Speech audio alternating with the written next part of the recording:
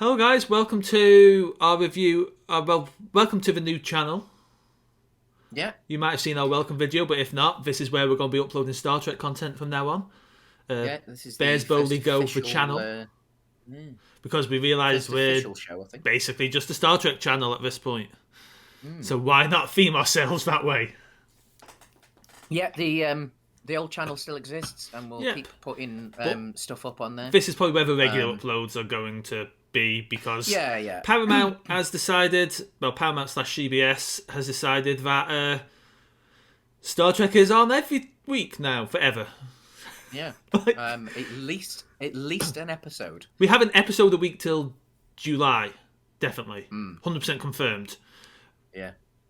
If Lower Decks comes back after Strange New Worlds, that will extend. In theory, that could extend into the second Prodigy. 10 episode batch of season 1 of Prodigy. And again, Paramount. Bad Paramount. You're doing what other animation studios do. It's wrong.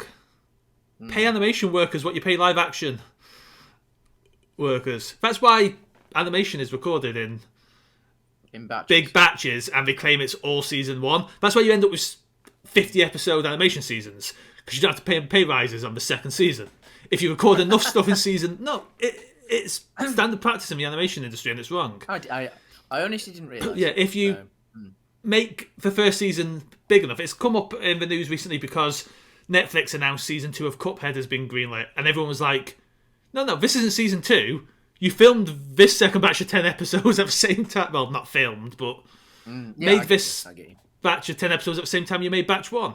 It was season 1. If you're going to call it season 2, give the staff a pay rise that we would get for season 2.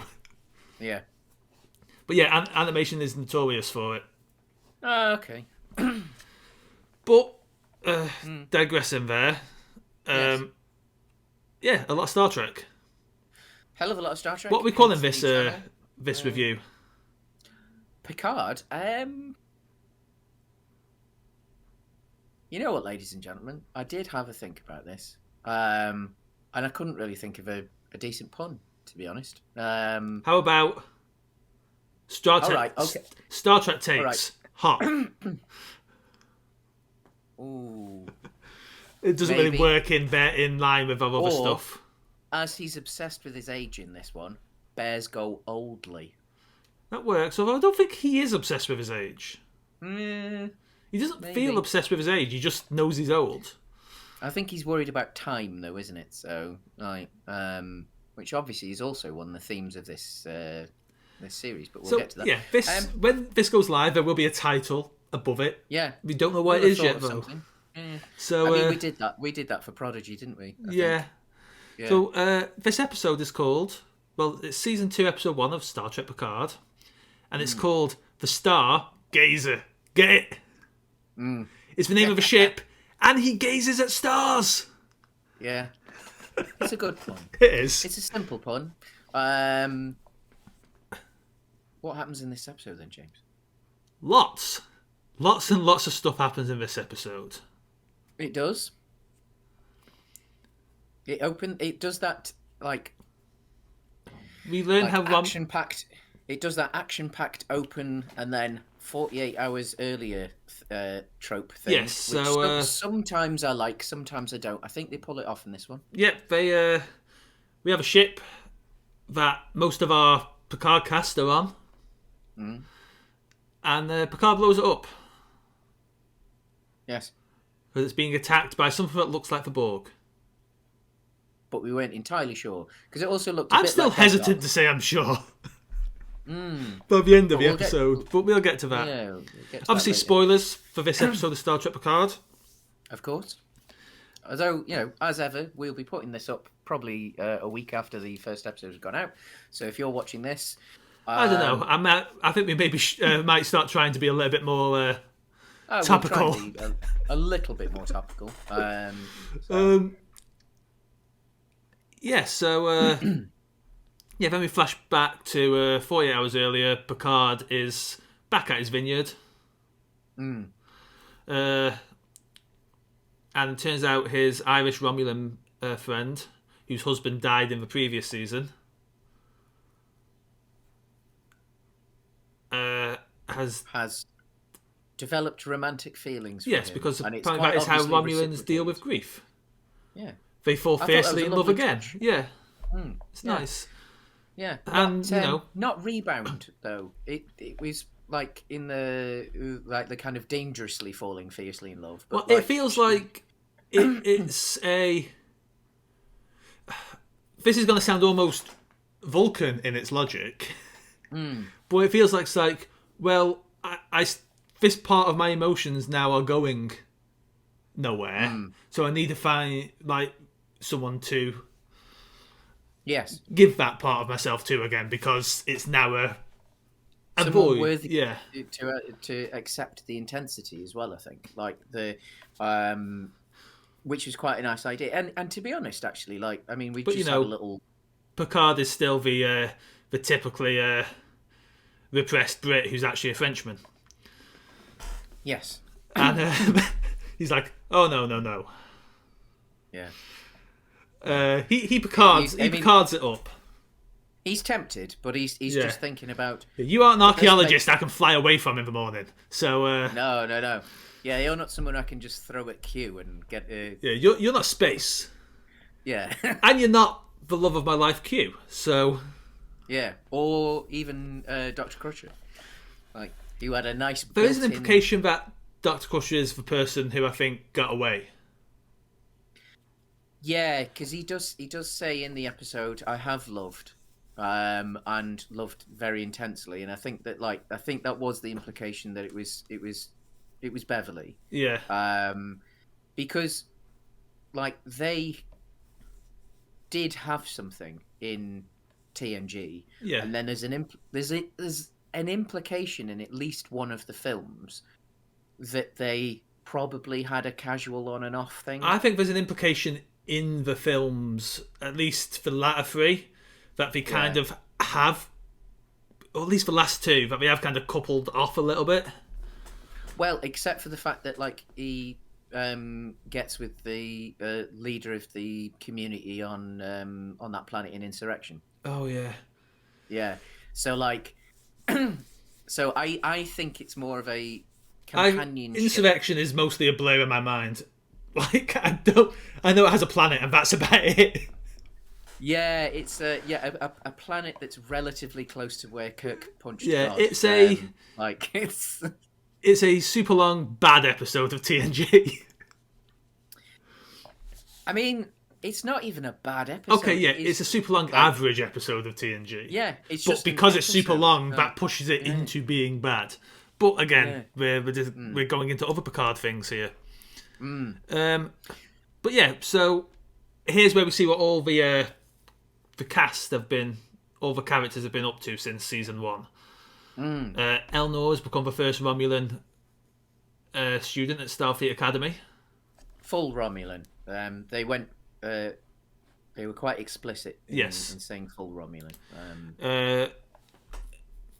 Raffi has become a teacher. Yep. Obviously, having been given a commission again, Lieutenant Commander. Lieutenant Commander Raffi. Yeah. Picard is back as an admiral. And is the head of the academy. Yep. 7 is off in space with a Rios hologram. Yeah. Captain of La Serena, doing what 7 does best. Beating up bad guys. And it's implied that her and Raffi are still a couple, but long distance. Yeah, they're doing what they're probably better off. They did. Yeah. I need to listen to it still, but I do have it. A week or so ago, they released an audiobook set between the seasons. Oh, really? About Raffi and it. I say audiobook, audio drama. It's a full cast drama, lovely. And it has Raffi and 7 on a mission together. Yeah. And I'm quite looking forward to listening to it. I imagine, given what we know of those two characters, obviously we know relatively little of Raffi. It's just that one season, but we know quite a lot of 7. That actually, that sort of relationship probably works for them. Yeah. Because 7 really wouldn't want that sort of full-on content. Full-on commitment and proximity Yeah. All the time, but knowing that there was someone waiting for her is probably actually something that she would find comfortable. Whereas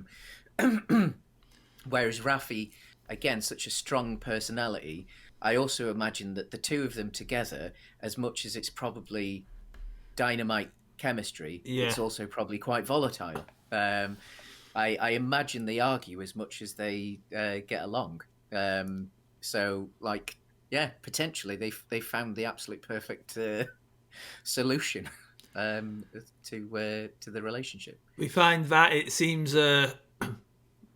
Rios and Jurati had been in a relationship, but it's broken up. Yes. She is with Soji on what seems to be a Androids Are Great tour. Yes, yeah, going around the various different parts of the galaxy. Well, the Federation. Yeah, because androids are no longer illegal again. Doing diplomacy tours, I suppose. Yeah. Jurati is still an absolute hot mess of a person. Oh, yeah. I love how, obviously, Stargazer comes to pick her up. Oh, there's a new Stargazer. Not Stargazer A, just Stargazer. Yeah. Well, it's a full rebuild, isn't it? So Enterprise D, Enterprise E, Enterprise C. Yeah. Like, the only one that's a refit is Enterprise A. True. But then there's also, like, various Excelsiors that aren't, like, called... Yeah. But then I suppose it might be Stargazer A. Like, I don't think it matters. No, it doesn't matter. I saw someone tweet out trying to figure out how Starfleet Registry actually functions as a fool's errand, because it functions however they need it to function at any given moment in time. Yeah. God, it's a ship. Yeah, but yeah. Anyway, we were talking. I love the shifting, because obviously we're very much post-Borg, post-Dominion at this point. Yes, and I like the notion that, like, the Federation of the early 24th century, so the TNG era, and even into Voyager, is like, you know what we love? We love carpets everywhere. Starships should be carpeted. Yeah. These should basically just be luxury cruise liners with enough firepower to blow stuff up. Like, and now we've shifted very much into that sleek kind of metal. Yeah. It's a nice ship, though. And seeing his... I imagine, obviously, behind the scenes, carpeted was just because it was easier to get the sound right. Oh, yeah. Yes. So, like, whereas, obviously, all those shiny surfaces... I saw someone point out, like, how... It's a sound man's nightmare, isn't it? I saw someone on Twitter point out, like, how... because now they've also moved to more athletic shoes as well in the uniform. Yeah. How does Starfleet just not hear squeaking all day, every day, as their shoes are moving up and down? But then, I mean, it is like 3 centuries ahead of us, so it might have some really cool technologies. It seems that Rios was offered the captaincy of his choice. Yeah. And he picked Stargazer. And why not? Yeah. It's obviously a brand new ship, but it is built on the same design ethos, as the same frame, arguably, as the original Stargazer. I mean, I suppose if it ain't broke. But a much more modern look for it. This is, I'd say, late 24th century at this point. I can't remember when TNG set. I'm not sure if this is meant to be... I think this might actually even be early 25th. It's... At that period, it's post TNG. It's the TNG time frame, but moved on. And this, than season 1 of Picard ever did, feels like TNG. The love of those ship designs, the iconography, the LCARs, it's all the uniform. Well, people saying like, "Oh, you look, it's another new uniform." It's like, is it? It's not. I think it's a live action. No. It's the live action version of a Lower Decks uniform. It isn't, because a Lower Decks uniform has this stripe. These have a stripe. I didn't see the stripe. These have a clear fasten. Do they? One sec. I you see, because that was what was. Maybe we can pop a picture of this up as we're discussing it, but that would be nice, yeah. Because I think we said something about doing something like that last week, and then I totally forgot to put it in. But yeah, I'm sure I've got a picture of it in my album already. Well, make sure you put it in our assets box, James, so that when I'm editing this, I can. Well, because we're discussing it, I just want to quickly send it to you now. But like, because in the opening sequence, I couldn't quite tell if this was meant to be a little flashback, and then obviously when you start to see the main cast, it seems like it's a dream. I think because it's harder to see on the bridge because of how it's. Yeah, you're right. Yeah, because of how the bridge is lit, it's harder to spot it. But in the daylight on Raffers, you can. I think obviously also because it's real. Yeah. Whereas Lower Decks is drawn and it has to be a bit. I more don't defined. think it's a new uniform. I think it's live action Lower Decks uniform. Yeah, which I like. So do I. Actually, looking at Raffi's there. Speaking of my plus, a uniform like this means we can possibly get open uniform shots. And you know how much I love an open uniform shot. I do know that you love an open uniform shot. Tig Notaro had a great open uniform shot in episode 11 of Discovery. I've yet to see, yes. Which is why we haven't yet recorded that episode. We'll be doing it, I love. Shortly. So yeah, back to kind of I love the chemistry Rios seems to have with his crew. I don't think we're going to get much character out of this bridge crew, but I do like the dynamic he has with them. I like one of them throwing him a cigarette cutter. A cigar. Cigar cutter, yeah, sorry. Yeah. And I also like just openly smoking a cigar on deck. But then again, I mean, in theory, at that period in time, they could A, potentially make a safe cigar. Yeah. And B, the filtration systems on a starship are probably that accurate. Yeah. It's only going to be him that would actually be affected by it. Because if you notice, there's no smoke. No. He's just constantly got a cigar in his mouth. I saw some people complain it's unprofessional. And no Starfleet captain should be doing it. It's like, I don't care. It looks cool. Yeah. I mean, he's not that professional. No. I mean, that's why he was a space pirate in the first season. But I think that, like... I think what they could do with this crew, though... beamed his drunk ex up onto his bridge and allowed him to basically the run of the place. Yeah. Because it's worth noting that all through this scene, she's wasted. Yeah. Oh, yeah, she is on her ass. I love how... still, he's more competent probably than the rest of the bridge crew. I also love how full-on ignores the construction of the bridge, and he's just climbing over and ducking under all the railings to get where she's going. Yeah.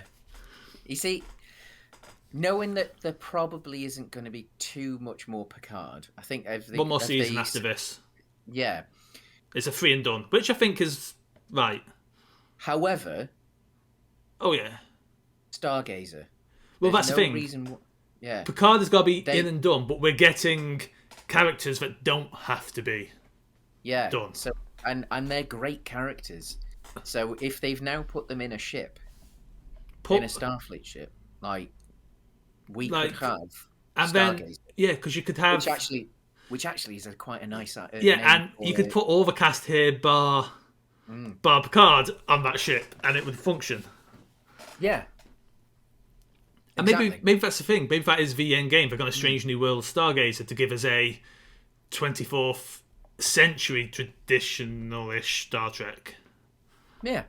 Which I'm perfectly fine with. Yeah. But we'll see. Who knows what Paramount's plans are. Yeah. I mean, it would make sense. It seems to be that would be the right way to go. Because let's face it, they're great characters. So if that's the way they go with it, I'll be very, very happy with that. Like, I think that was one of the, like, to be honest, actually, that was the thing that I was most happy with in season 1. The newer characters and the way that they've dealt with Seven. actually, I thought were fantastic. It was just the overall finish of season 1 I had an issue with. This episode was excellent. While I don't think Picard needs it to the same level that Disco needed it, this has that same feel of we have a firmer idea of what we want our Star Trek to be now. Because Picard season 1 is 2 years ago. It came out around the same time Disco season 2 was coming out. Something daft like that. Yeah. So I think they have a firmer idea as a company what they want Star Trek to be, and this is again, it has that same slight course correction feel that Disco season 2 had. We get some flashbacks for Picard as well of him with his mum talking about gazing at stars, which goes some way to explain his accent. Yes. The Frenchman who we've met his mum. Have we met his mum before? I don't think so. We met his brother and his brother's wife. I had that strange, weird Mandela effect deja vu thing going on with that, and then I remembered. Oh yeah, we've not met his mother. We've met his. I don't know. I kind of think we may have. I think potentially there's been some flashbacks because obviously there's a very heavy implication that like they were, his father was abusive, or at least that they were on the brink of divorce and couldn't which could be something stop fighting that Stuart is bringing in from his own experiences, because that's the story of his life, isn't it? But we get these flashbacks. A perturbed Picard goes to meet his friend in LA, where Guinan has set up a 10 forward. No, just a bar called 10. Oh yeah, just 10, which I thought was a lovely. I love that this touch. Asia's beings are just seemingly obsessed with Picard because this one decided to just open a bar on his starship. Yeah. And B, now just like, LA. Yeah. I had a theory. What's the name of Guinan's species? Oh, they mention it. Yeah. It begins with an A. Yes. It's like Alorian? Alorian, is it? Yeah. You see, I thought that was a nice little touch, like with the writing as well. For and L Orion, it begins with an E. It's EL hyphen AURAAN. But yeah, she mentions that she chooses how fast she aged, which is why obviously Whoopi Goldberg looks the age that Whoopi Goldberg looks. I saw someone kind of say, "What if Guinan isn't actually an El-Orion, but is the god of the El-Orions?" Oh. And that's why she seems to be like significantly more mystical and powerful and magical than the other because we only met one other El-Orion, haven't we? Yes. McDowell's character in Generations. So maybe he is as well. Who knows? We don't really know much about the other than that their home was destroyed and they're kind of refugees in this quadrant. But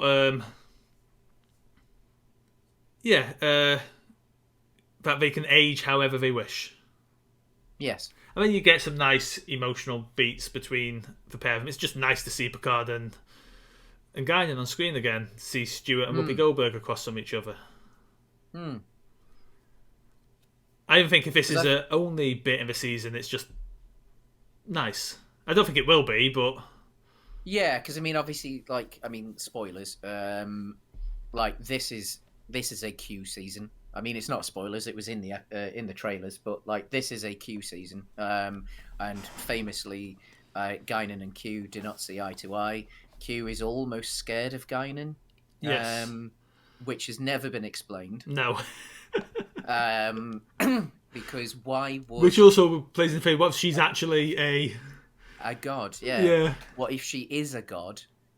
Maybe a different god, but a god. Like that has similar enough levels of power. Should she wish to choose them, that she could have a decent duel with a Q. And yeah, she kind of gently chastises Picard for like being Picard, like in a loving way, but yeah, I mean, they're old mates. Yeah, I mean, it's what it's the. I love to point out that at least character-wise, Picard is pushing 100. Yes. Yeah. He isn't. Even though obviously his body's only 2, but his body's not even 2, is it? It's 1. 1 and a bit. I think a year's passed between.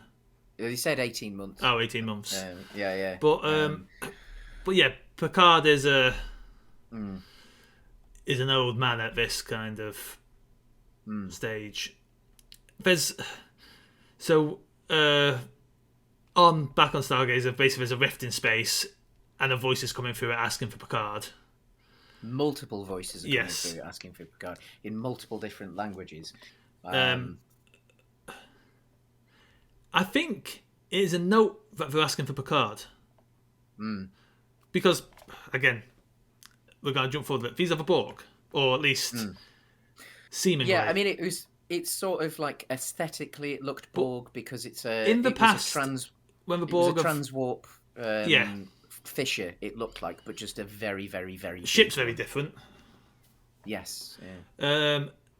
In previous times when the Borg has asked for Picard, though, they've always referred to him as Locutus. Yeah, and I think it's interesting that they're specifically asking for Picard. Yeah.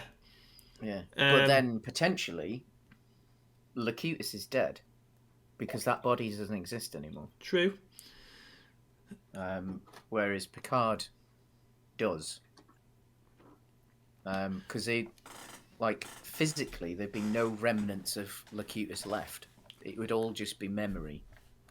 And I think what is a big point when the Admiral comes and asks for Picard's help, and he's like, sure, and hops on a shuttle. And all the conversation we've been having about how Picard basically just runs off to space. Which we all talk about, like, how Picard is very different to Kirk. Yeah. But here in one respect is where they're very similar, right? Oh, yeah, this is definitely... Space is where they escape from any emotional problem they have. Yeah. And also, I mean, like, as much as we talked about how the 6 TOS films are about soldiers who don't know what to do when war comes to an end, like, Picard wasn't necessarily a war captain in the same way. I think this is more an explorer doesn't know how to stay at home. Yeah. There's the moment where I keep calling that Irish Roman Laris, comes through the door as his shuttle's taken off. Yeah. And it's that moment. Even said goodbye. Yeah, and it's that moment of heartbreak because the minute the option to run appeared, he hopped on it, and it's just that knowing expression. And like even though it's completely justified, like it's not a running away. From her perspective, it would be a running away because he hasn't even bothered to tell her what was going on. I mean, like, I think it is a running away though. However justified it is, it's justified that they need Picard, but he's taking that. Why he's taking it is for.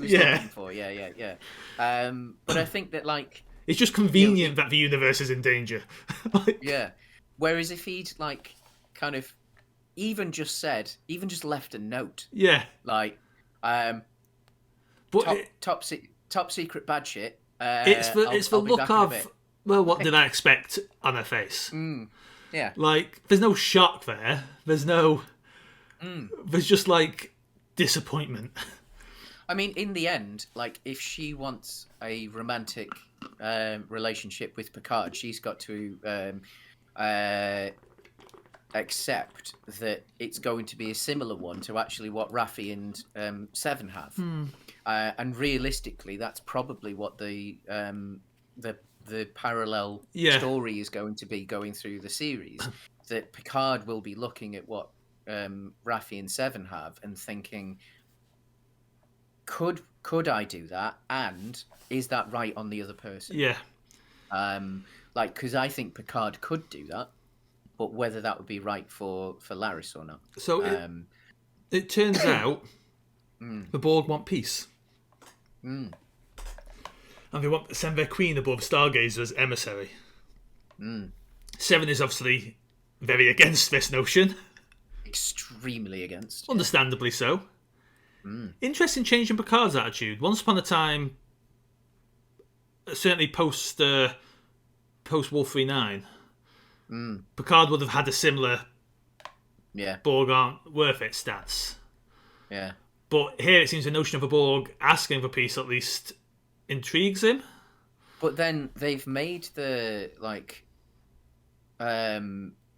they have a nice little almost throwaway line in that the Borg this is basically destroyed at this. Basically obliterated, yeah. And which they haven't quite explained how they've managed to do that. But still, potentially, certainly all Borg in this quadrant. Yeah. And maybe there's still a post of them in the Delta, but they may have decided that Alpha and Beta quadrant are too much hassle. Like every time we go there, we get. Yeah, I mean, although on another proper nerdy Star Trek channel that I watch every now and again. Like there's a I can't remember the name of it, but great guy. He's essentially a Star Trek historian, and he's mapped out the existence of the Borg. So they do have spurts and declines. Like historically, they grow. Oh, if you do finally find out what the channel is, send us a link because I'd like to watch that. Yeah, it's really interesting because he does historical backgrounds of various different species. Yeah. So he'll go through and find all the references from all the different obviously you'll go to. I watch a Space Doc a fair bit where it's a guy who basically just discusses the ships. Yeah. And what's on them and what's. Yeah, there's some great channels out there, obviously. But yeah, if I can remember what it is, I'll find it. But you get very different Borg. So you get some great acting from Jay Ryan. I mean, Jay Ryan's a great actress, but there's because you're going through Voyager at the moment, aren't you? I've not got to her yet. You've not. I'm halfway through season 3. So you're not too far off. Then, no, really. it's the end. It's season 3, season 4, isn't it? The 2-parter. They've just the episode I watched the Horny Panthar episode. They discover, and I love how this is a throwaway at the end of this episode of all things. The planet they're on, where there's this destroyed civilization that's living underground. Yeah, where all the Panthar shenanigans are happening. They discover a Borg at the end. No, it's you are in for an absolute treat. She shines. Obviously, we have a much more human Seven in this at this point in time. A much more, I guess, kind of gotten over the kind of to a certain extent, and there's a lot more. You see, by the end of Voyager, when you get to the end of Voyager, actually the leap between season 7, Voyager 7. And 7 that's in Picard is not as big as I remembered it being. But she does do this wonderful little bit when, during the pressure of what's happening here, she kind of slips into the more monotone's not the right word, but Oh no, I know exactly. I know exactly, and again, she does this throughout Voyager. Yeah. There's a couple of episodes in particular. There's one where the Doctor takes over her because he gets put into her implant, and so takes over her body and what have you. And there's a couple of others as well. Similar-ish kind of she has to flip between one. Yeah. Yeah, and she has to do it seamlessly as well. So, she's playing the Doctor, and then the very next second she's playing a hungover, very angry Seven. Yeah. And it's seamless and it is superb. Like she is a very, very underrated actress, I think. Like she does think she deserves a more recognized career than I think she probably gets. Yeah. Yeah. I obviously if she's happy with her career, then that's fantastic, wonderful. Very happy for her, etc. Like, but I think that like she should have potentially taken off more than she could have really, really taken off after that. 'Cause she's phenomenal, absolutely phenomenal in Voyager.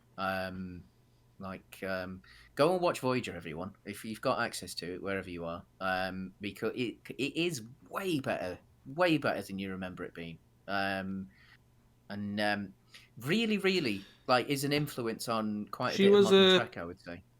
She was good in her short stint on Leverage, which obviously has a lot of Jonathan Frakes working on it. yeah. I mean, Frakes will help his buddies out. Well, Frakes was the go-to TNT director for like Leverage, Librarians, like so much of Isn't he doing an episode of season 3 of Vorville or something? Or did he do a season 2 episode? I can't remember. Can't recall. I'm looking forward to the inevitable Frakes episode of this we get. Yeah. Because we are going to get another Frakes directed episode, I'm sure of it.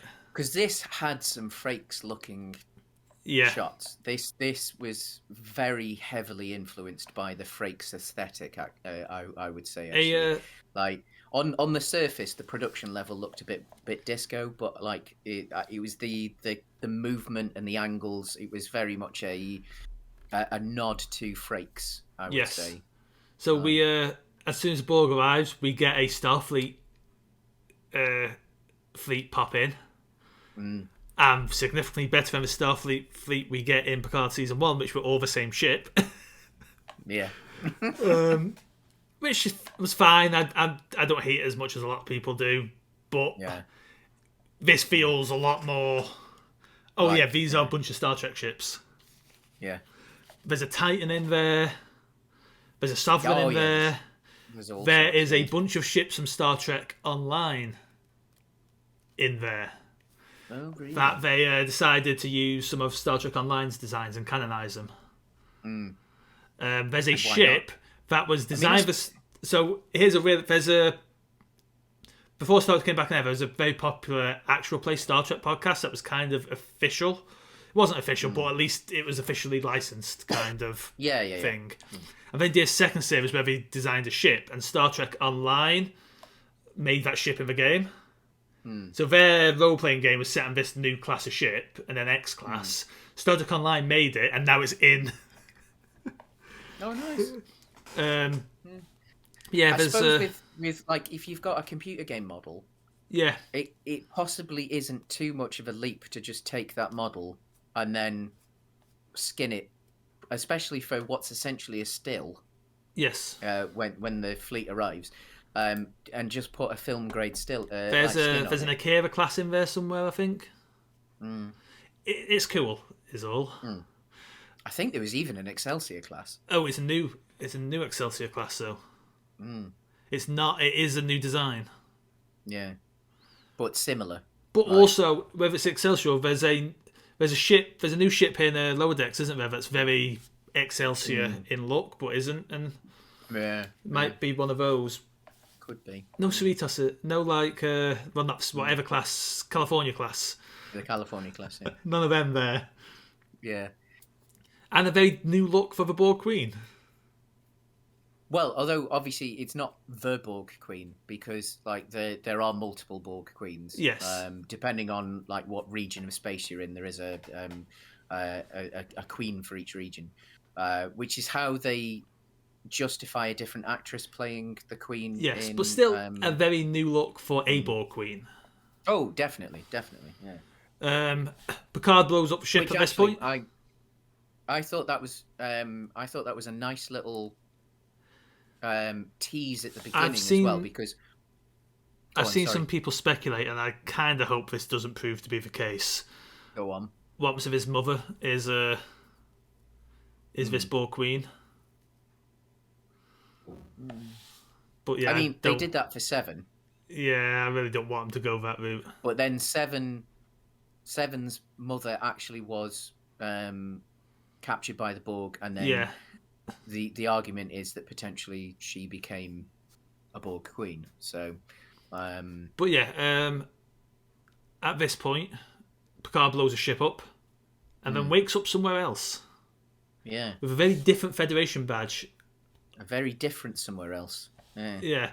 Different Federation badge on his jacket, a much more militarised portrait of himself. And then a young Q shows up.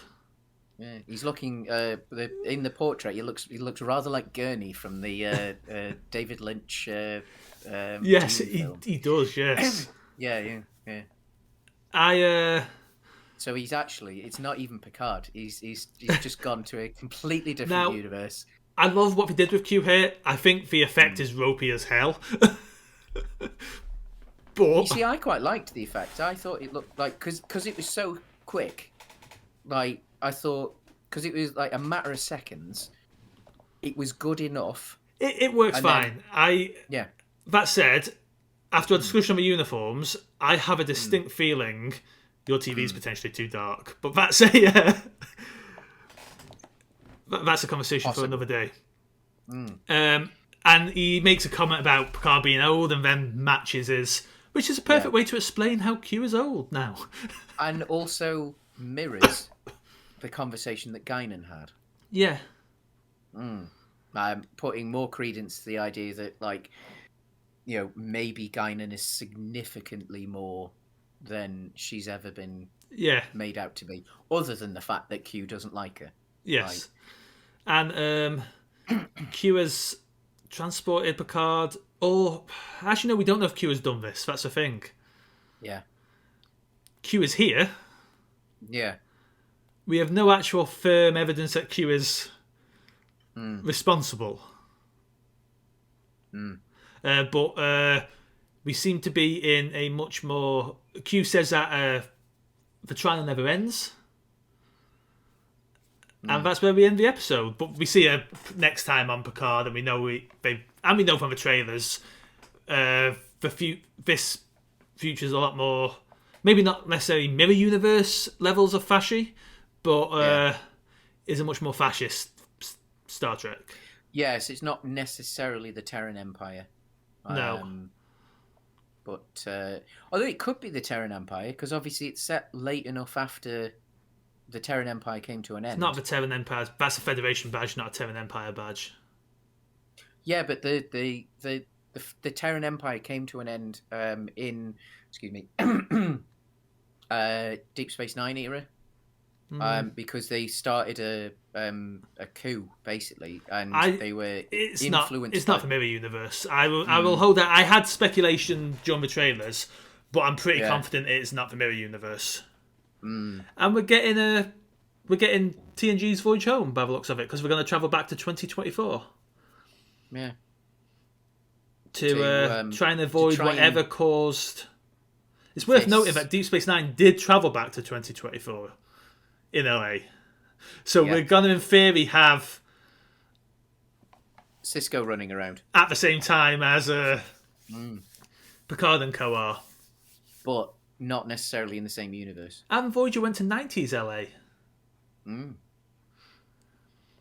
It did. But yeah, so the implication is that Q has changed something. But I think maybe Q's just here to watch. Yeah, I think so. And I think that's it for this episode. Yeah. I am very positive for the rest of the season.